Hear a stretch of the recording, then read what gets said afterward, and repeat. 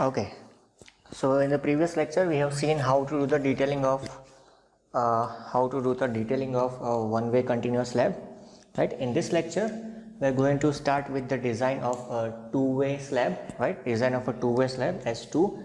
As you can see, this is the plan that we are doing the design for, right? This is a G plus 3-story building. This is a hypothetical plan, right? It is not actually constructed. This is a hypothetical problem that we are doing. So in this we have already done the design of S1 slab, that is one way continuous slab at typical floor levels, right? At typical floor levels we have done the design, and now today we are going to start with this design of S2 slab, right? So for a slab to be a two-way slab, we need to check a ratio of Ly by Lx, or let us say shorter dimension to the larger dimension ratio. So for this case, shorter dimension is 4 and larger dimension is 6. So 4 divided by 6, that is we are getting it as okay, just a minute, it is Ly by Lx, right? So 6 divided by 4, 1.5, which is less than 2, therefore it is called two-way slab, right? It is called a two-way slab, Ly by Lx, right? 6 divided by 4, which comes out to be 1.5. So this is designed as a two-way slab. Now the question arises that where you can find this ratio, whether you can find this in IS 456 or any other code. Is there anywhere it is mentioned that if Ly by Lx is less than or equal to 2, then it is a two-way slab? So if you see your IS 456-2000, there is nothing mentioned about this. So there is one code in which this is been mentioned in very clear manner, that is SP34. So let us say SP34, and as you can see here, SP34 on page number 121, right? Page number 121, you can see clause number 9.3.2, slab spanning in two direction, a simple slab spanning in two direction, Ly by Lx less than or equal to 2. Here it is mentioned that Ly by Lx, if it is less than or equal to 2, then it is called a two-way slab. So what is happening in two-way slab? As the slab is spanning in both the direction, the reinforcement in each direction shall be considered as main reinforcement, right? So in both the direction we are going to consider reinforcement as main reinforcement, whereas in one-way slab what was happening? We were considering main reinforcement only parallel to shorter direction. The reinforcement which you are providing parallel to shorter direction, that is our main reinforcement. Here both the reinforcements are the main reinforcements, right? So next important part is the bars in the shorter direction are generally placed in the bottom layer and tied with the bars in the longer direction placed above at suitable intervals to keep their relative position intact during concreting. So again, this is also a practical tip, that if you are doing the design of a two-way slab, suppose you have one direction shorter direction and one direction is longer direction, as in this case, as in our case. So let us discuss on board. As in our case, if you see here, this is 4 meter and this is 6 meter, right? This is 6 meter, horizontally 6 meter. So let me draw it here. This is 4 meter, 6 meter. So whatever bars we are going to provide in this 4 meter direction, parallel to 4 meter, these are placed at bottom, and above this the longer direction steel is provided, right? So this is also a practical tip. When you go on site, you need to check this also. As a site engineer also, you must know this, that whatever shorter direction steel is there, that is to be provided at bottom, and the longer direction steel is to be provided at top. Okay, so this is the basic fundamental thing that is required to know before starting the design of a two-way slab, right? So like same in a one-way slab, the first step is always to calculate the effective depth, right? So we are going to start with the effective depth.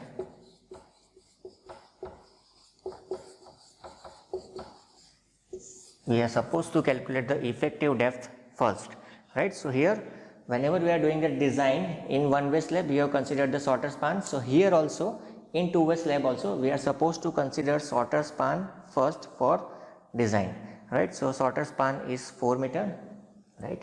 So let us write down shorter span is equal to 4 meter, which is more than 3.5 meter. Now why we have considered this, which is more than 3.5 meter? So let us go to IS 456. If you go to your IS 456 code, just a minute, I will share IS 456 code.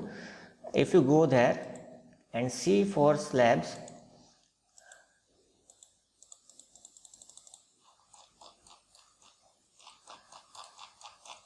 you need to go to your IS 456. I'll share the IS code with you. And if you see the ratio given for L by D ratio, we are supposed to take L by D ratios for calculation of this effective depth. So just a minute, I'll open that L by D ratio page so that I can explain it from the code itself, right? If you see L by D ratio for slab,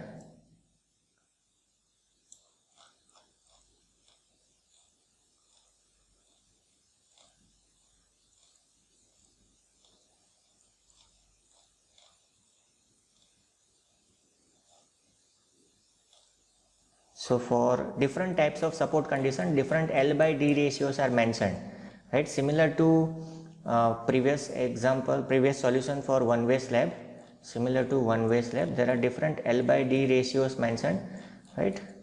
I'll just quickly find out those L by D ratios which are mentioned in IS 456 2000, right? So that you can understand using IS 456 itself, right?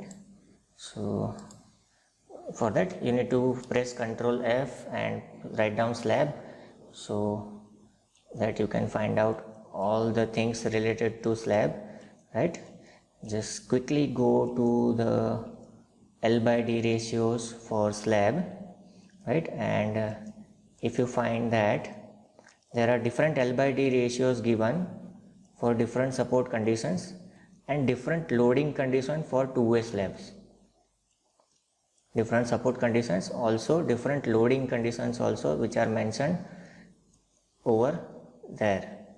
So if you go there, just a minute, yes, right, in the solid slab page number 39, right, in the solid slab page number 39, if you see these notes for slabs spanning in two direction, the shorter of two spans should be used for calculating the span of effective depth ratio, span to effective depth ratio, right? So this is also mentioned in IS 456 that which length we need to consider.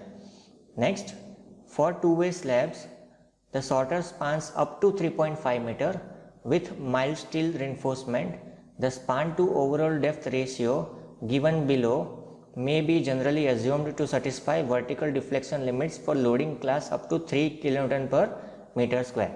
So first criteria we need to check, is the span up to 3.5 meter? So yes, no, it is greater than 4 meter, right? So it is greater than 4 meter. And then we need to take the loading also, live load. So how much live load is given to us in the data? Our live load given to us is 4 kN per meter square, right? Our live load given is 4 kN per meter square. So let's go back to the screen,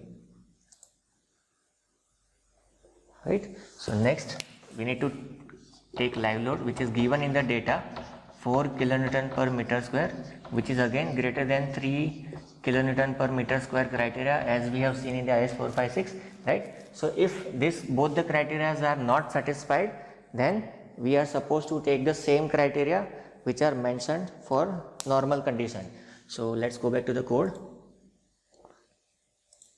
So this both the criteria are not satisfied. If both the criteria are satisfied, then we are supposed to take this L by D ratios for simply supported and continuous. But as these criteria are not satisfied and our slab is continuous slab, right? So for this, the L by D ratio that we are supposed to take is as per page number 37, that is for continuous, that is 26, right? So let's write down L by D ratio as 26, So my L by D ratio here will be 26 multiplied by modification factor, right? So now we already know the length value, that is 4 meter. So put this value here, and we need to find out modification factor, right? So modification factor for M20, so let us write down for M20 grade and Fe415 grade steel, this modification factor is generally taken as 1.5, right? So we are going to take this value as 1.5. If you want to calculate exact value, I have explained how to calculate exact value in the previous lectures, so please refer those lectures so that you can get the idea how to calculate this exact value. So this is 4000 divided by D is equal to 26 multiplied by 1.5. So you get your effective depth value, as 102.56 mm, right? So this is your effective depth that you have got, but we are not going to provide the exact value on site, right? So what we are going to do, we are going to round it up, right? So let us round it up to 110 mm, or you can round it up to 105 mm also, right? So after this we need to find out overall depth, that is denoted by capital D. So the formula for that is effective depth plus diameter divided by 2 plus cover. So effective depth we already know, that is 110, plus diameter, it will not be given in the data, we need to assume the diameter of bar. So let us assume 10 mm diameter bar, so this is 10 divided by 2, and plus cover is generally 20 mm, right? Let us provide 20 mm. So this answer comes out to be 135 mm, right? 135 mm. So this is your effective depth and overall depth value.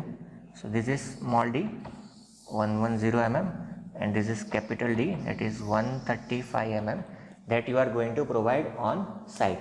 So on site we are more concerned about overall depth, we are not concerned about effective depth on site, but this effective depth value is required while doing the steel calculation, main reinforcement calculation, whenever we are doing the design, right? So this is how we are going to calculate the effective depth. This is step number 1 in design of two-way slab S2, right? So these are our final answer, right?